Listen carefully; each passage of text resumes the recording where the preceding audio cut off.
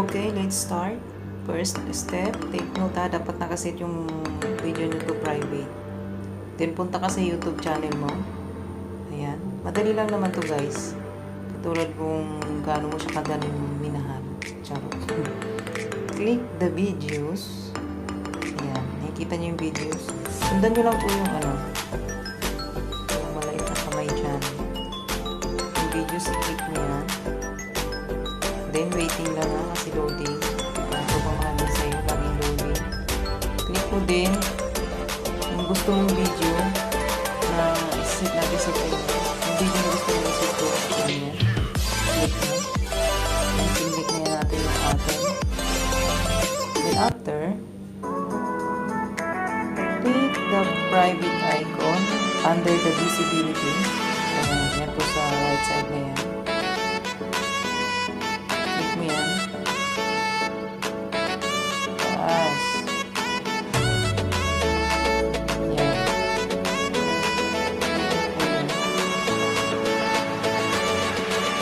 Then, i-click mo yung schedule, yung circle. Sa baba. Yung sa baba, click mo. Yan. Napaka-easy lang po. Then, after yan, baka na magsiset. Diyan mo na i-ano kung anong oras mo gusto i-premiere yung videos mo, yung video mo. Yan, pili ka anong oras, PM, PM, whatever, it's up to you. Kung kailan mo siyang mamakarin, kahit alam mo na siyang iba. Then after,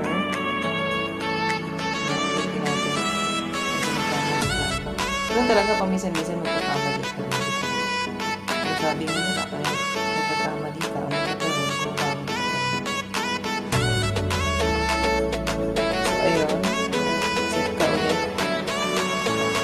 Ito yung mahirap eh. Ulit-ulit mo yung maraming tao lang na pag-aari natin.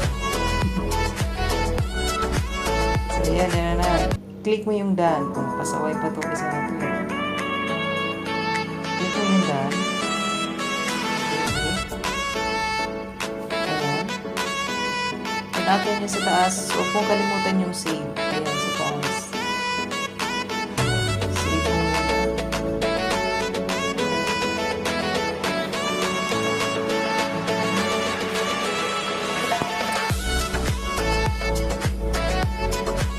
Hindi, kailangan save mo na siya. Kulit ka rin kasi siya. Bitawan mo kasi para hindi ka nasasaktan. Yan, after nyan yung save ko, pakiclick.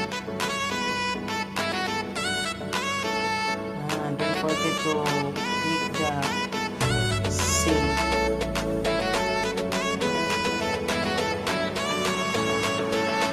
Yan. And then, after, punta ka na sa channel mo. Tingnan natin kung okay na. Kung na-set na ba yung yung videos mo into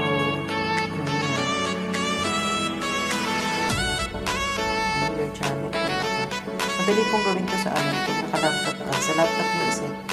Pwede rin naman sa cellphone, pero kailangan naka-desktop ka. Kaya punta ka sa videos.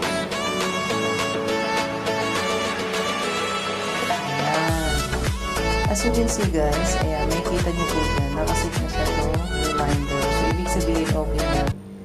Nag-aantay na lang tayo ng oras kung anong oras natin siya sinit. Kung sana po yung mag-aano. Hindi, mag-invite ka ng mga manonood, syempre, para at least makakuha ka ng maraming views. Sabi nga nila. Kasi parang edit din po yan. So, ganun lang po siya kadali. Paano mag-set ng video. Sana po may natutunan tayo ngayon.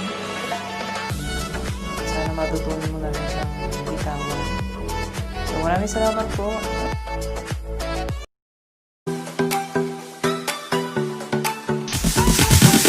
Sorry, it's DJ.